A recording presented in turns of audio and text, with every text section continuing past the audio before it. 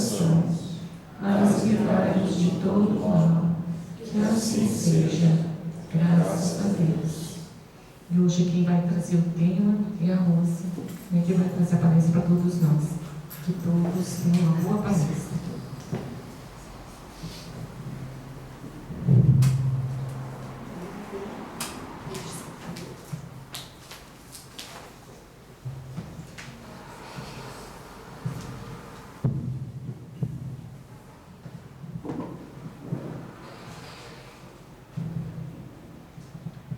Boa tarde, boa noite.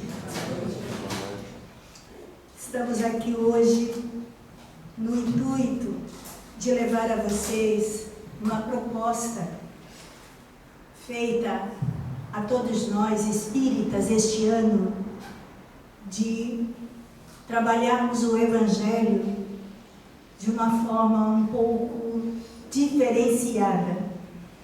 Nós queremos fazer com que as palavras de Jesus encontrem eco dentro do nosso coração. É claro que fizemos o Evangelho, pessoalmente, já há 20 anos, nas casas espíritas desta região. Mas a proposta agora é ir um pouco além. No livro Renúncia, Alcione diz que para que nós possamos realmente ter um aproveitamento relativo à nossa condição evolutiva, é fundamental conhecermos o Evangelho, em primeiro lugar. Em segundo lugar, precisamos refletir o Evangelho, meditar o ensinamento. Em terceiro lugar, precisamos sentir o Evangelho. E só então vamos conseguir vivê-lo. As primeiras duas questões é por nossa conta. Tomar conhecimento e meditar. A terceira é por conta da espiritualidade. Nosso anjo guardião, nossos amigos do plano espiritual maior, que se encarregam de trazerem exercícios para que a gente sinta o Evangelho na própria pele. Tem gente que tem medo. Já ouvimos falar, os espíritas gostam de sofrer. Absolutamente não.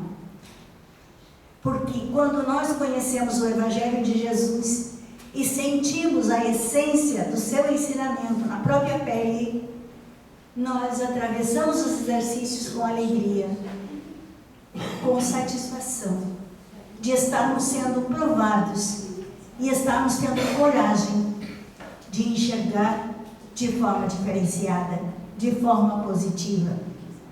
Não é gostar de sofrer, é gostar de desafios e de sentir que está vencendo os próprios desafios. Quando fala em viver o Evangelho, já é um grau mais elevado, porque as dores estão se agigantando na Terra. Todos nós estamos vivendo o sofrimento do povo do Rio Grande do Sul, com essa enchente que está acontecendo agora. Já vimos o início do ano, no norte do Brasil, o horror que foi.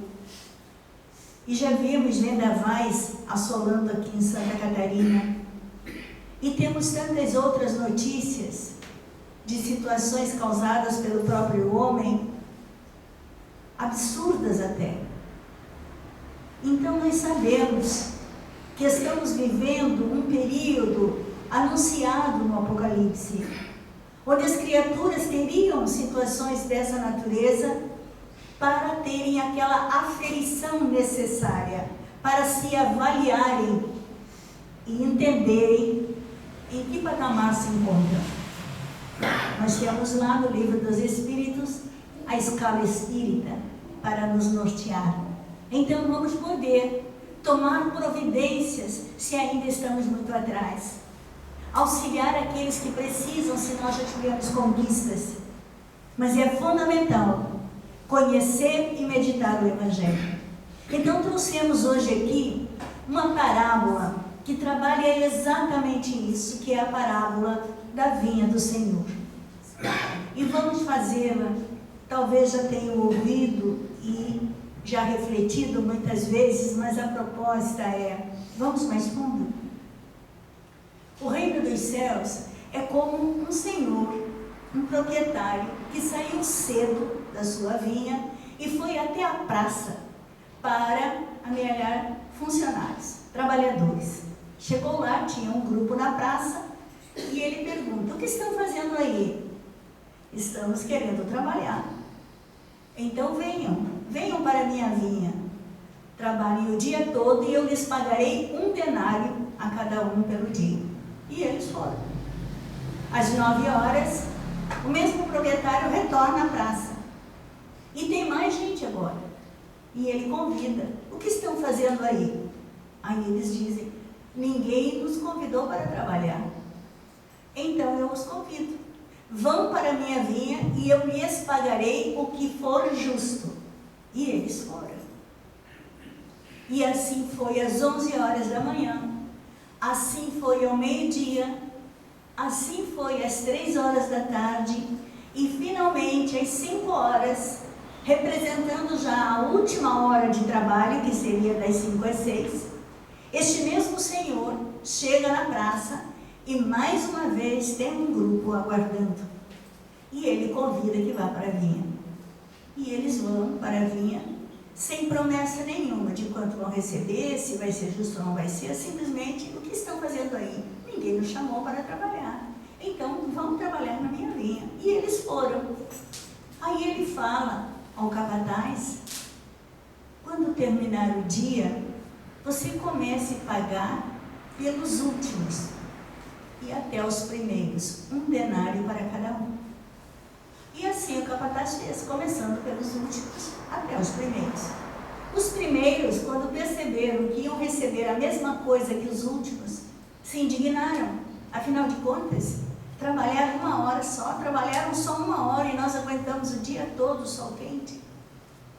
E vamos ganhar todas as mesmas coisas? Aí o Senhor disse: sim. Por acaso não estão insatisfeitos porque eu sou bom? É o final da... Tenho direito de fazer o que quero. É o final da parábola.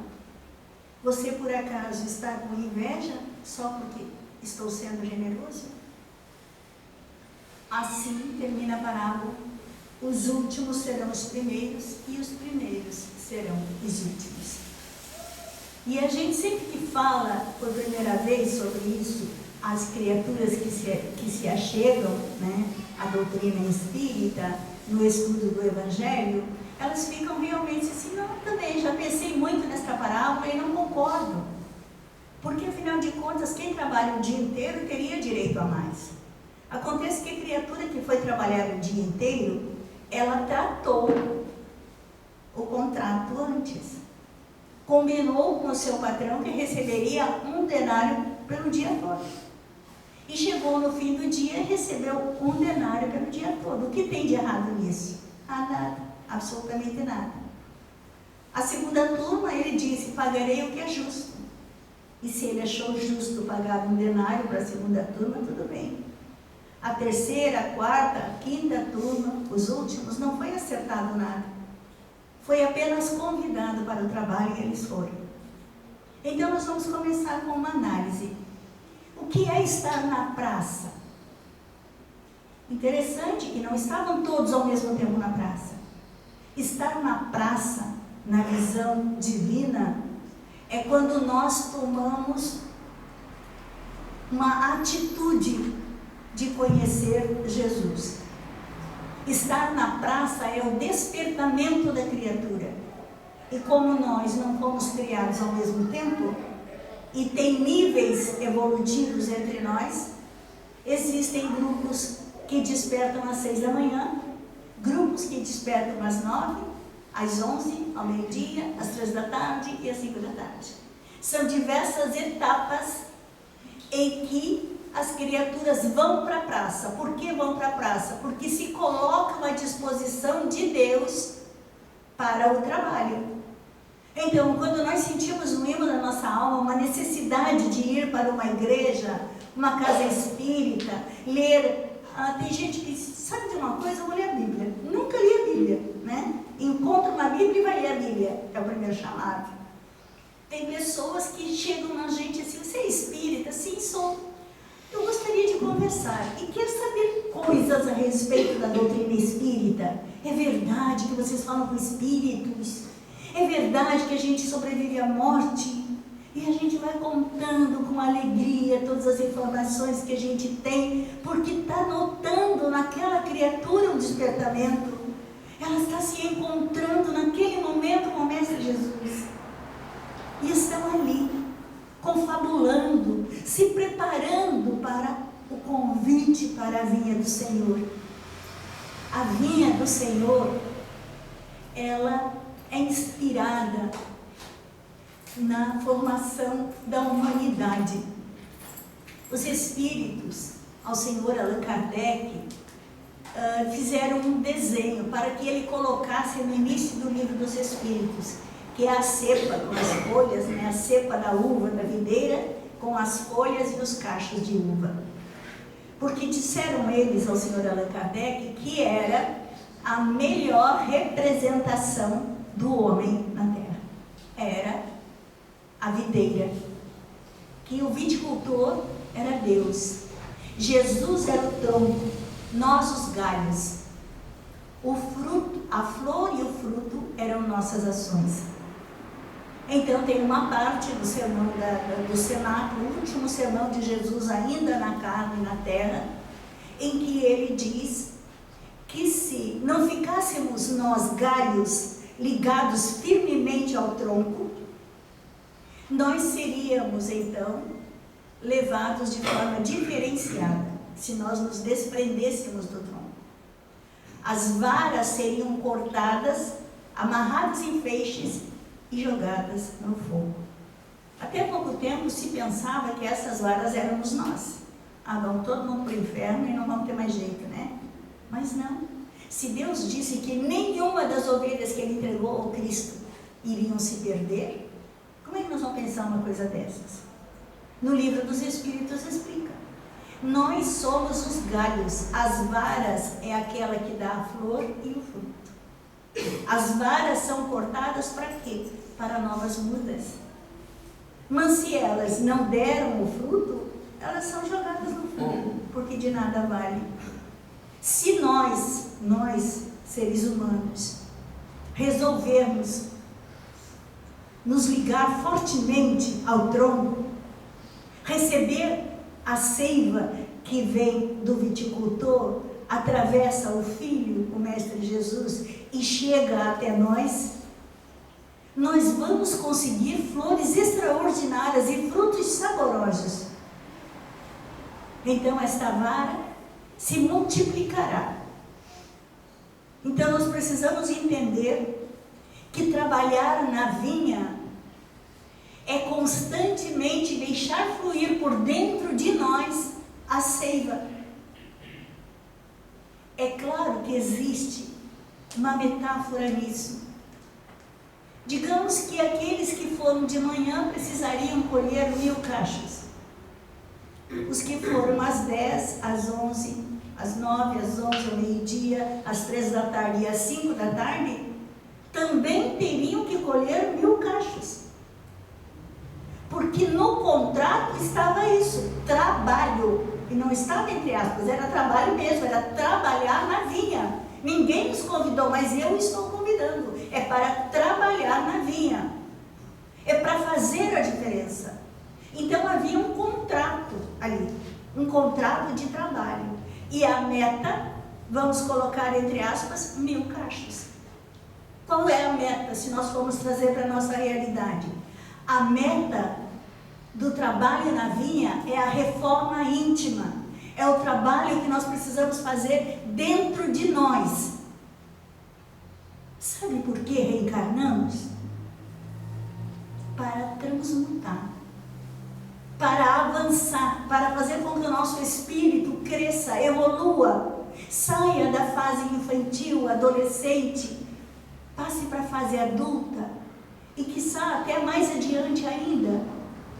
Então nós precisamos saber que isso que nos foi proposto precisa ser trabalhado durante a nossa vida terrena, porque aqui estão as oportunidades de colheita, não tem outro lugar. No plano espiritual nós somos tratados, somos amados, somos consolados, mas aqui é o trabalho, porque nós aqui temos o nosso corpo físico. O nosso corpo físico está sujeito a dores, está sujeito a tristezas e alegrias, a suores, né? A sofrimentos. E o sofrimento, muitas vezes físico e espiritual, nos coloca na linha, nos acorda, nos desperta. Então, só sofrer de nada vale. Porque se eu sofrer, e é o que acontece conosco, posso citar a mim mesmo como exemplo, que a gente reclama demais, eu sou muito que reclamo, se chove está chovendo, se tem sol está muito quente, se tem ventania, não gosto de ventania. Então, essas reclamações, elas começam a trabalhar contra nós. Porque, afinal de contas, um dia com um sol ameno, uma brisa suave, o que vai exigir de nós? O conforto da rede, né? O descanso. E a gente está lá trabalhando, pensando, puxa, podia estar na praia, né? Então são coisas que a gente vai reclamar a vida toda. Eu tenho que trabalhar, não posso falar que nem fulano e fulano que estão na praia.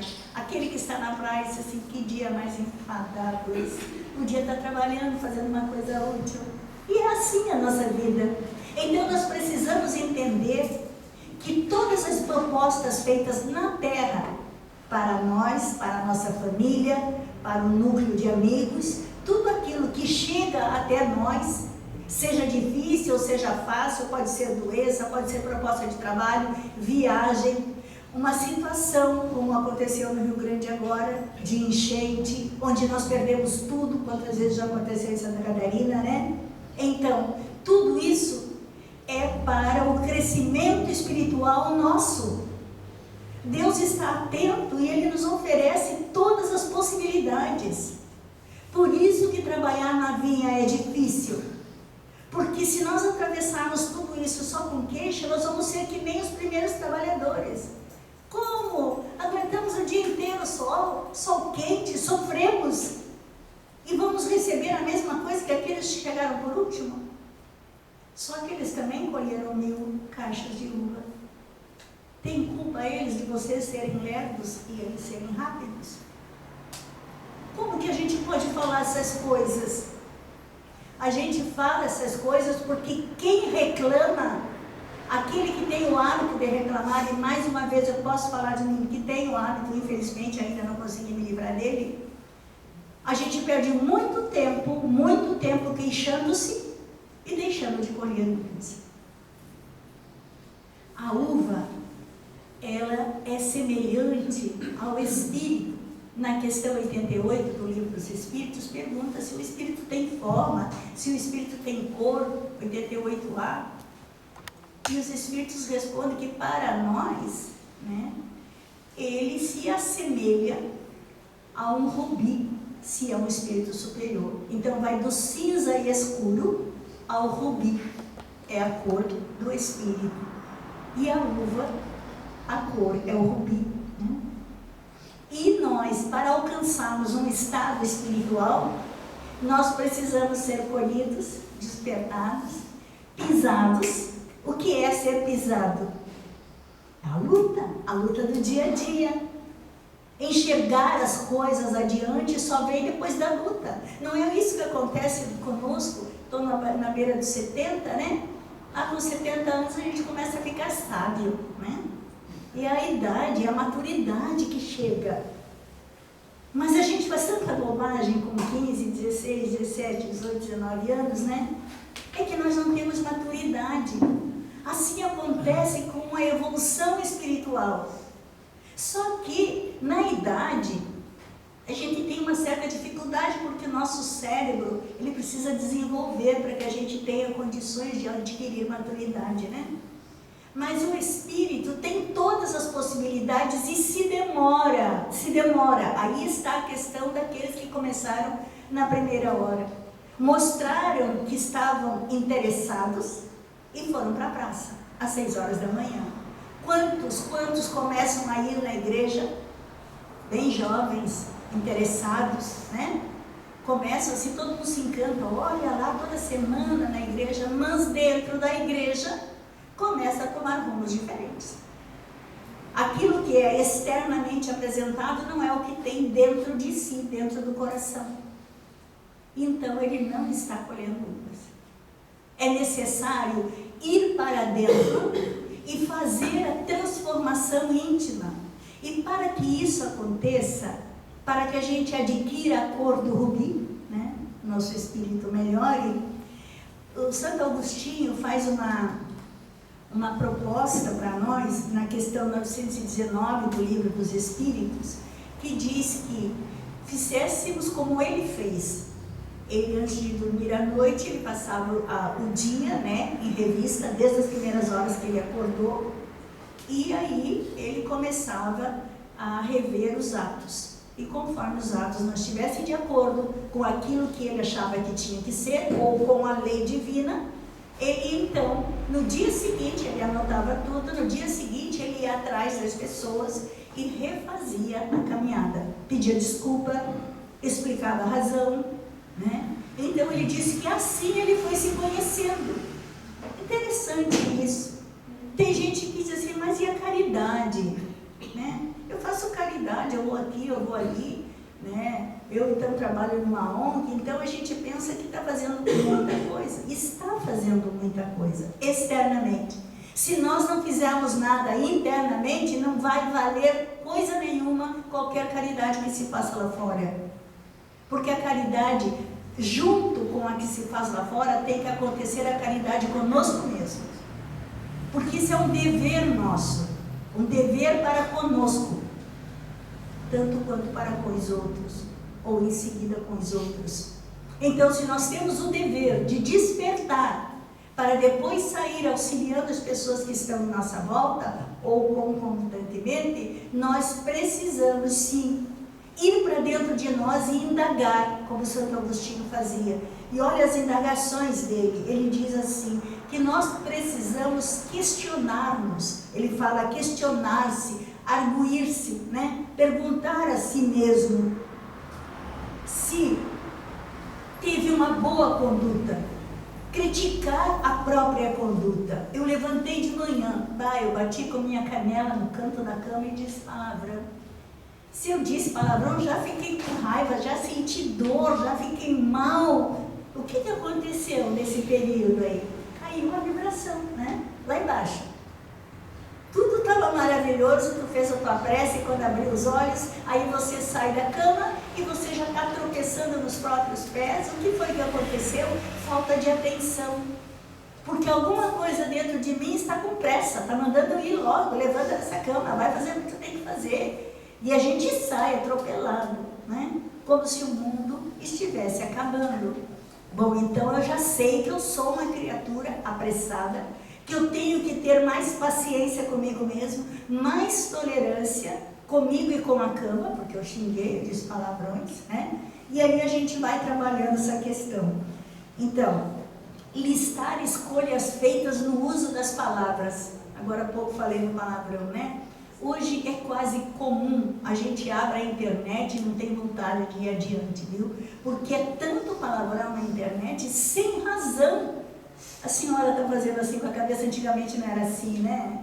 Antigamente o palavrão era uma coisa proibida dentro da casa, o pai mandava ver, né?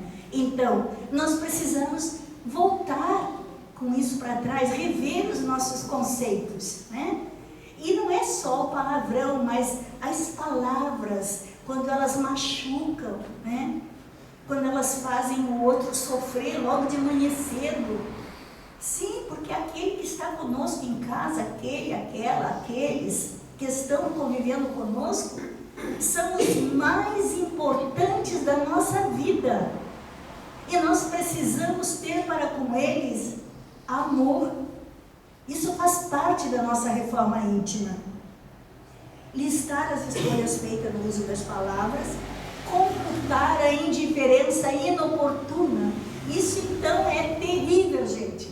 E todo mundo sabe que dentro de casa, quando a pessoa chega assim, bota uma roupinha bonita para sair e chega assim, tanto o marido quanto a mulher, né? Então, como é que eu estou? Tá bom, tá ótimo, pode ir. Não, dá uma olhada aqui, vê se eu já disse, tá bom, tá ótimo, pode ir assim. Indiferença inoportuna. Perde a oportunidade bendita de atrair uma energia, uma luz para dentro de casa.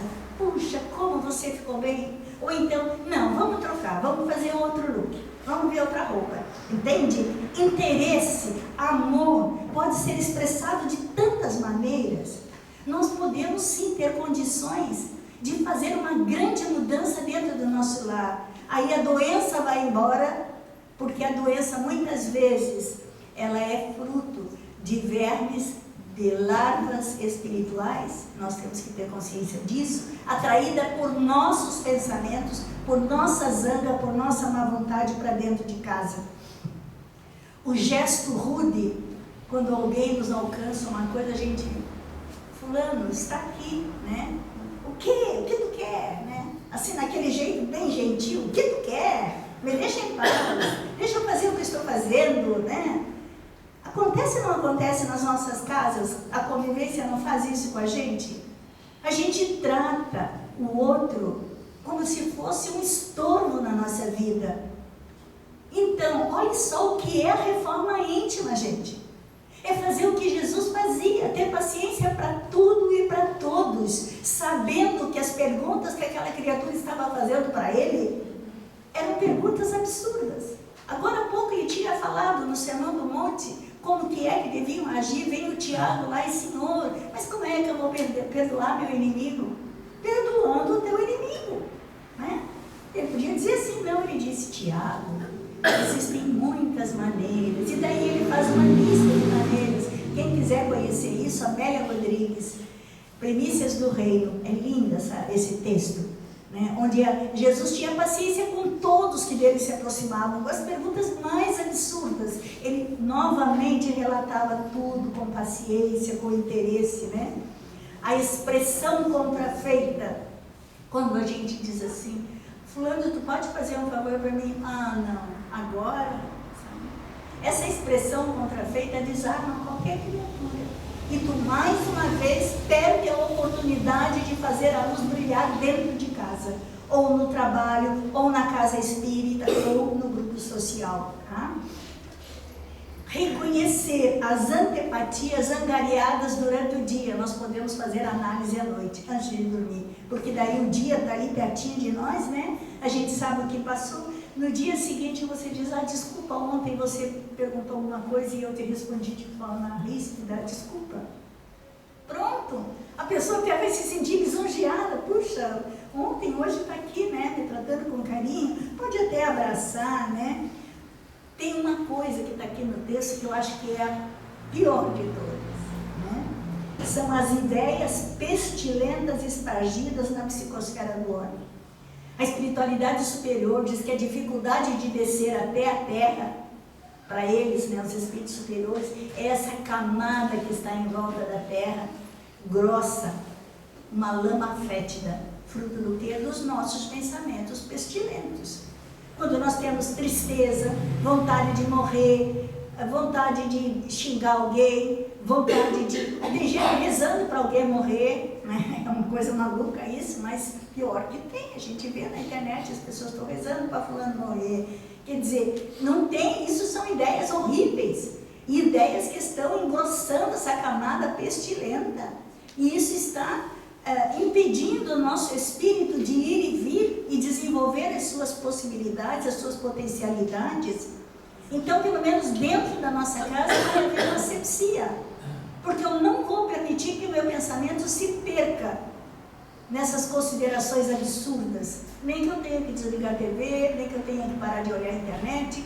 ou eu só olho o que é bom, o que não é bom eu passo adiante, né? E aí a gente vai se livrando dessas ideias pestilentas que perturbam o nosso ambiente, tá? Reinventar-se no trato com aqueles que convivem conosco, que são tão parecidos conosco, mas ao mesmo tempo tão diferentes, não é verdade? São os nossos inimigos do passado, que Jesus amorosamente agrupou-os dentro do nosso lar, para que a gente aprendesse a amar, aprendesse a se doar, porque amar é se doar, não é ter nada em troca. Tem gente que diz assim, eu quero alguém que me ame. Tem que amar primeiro, desculpa. Por isso que há tanta separação. Porque as criaturas desaprenderam de amar.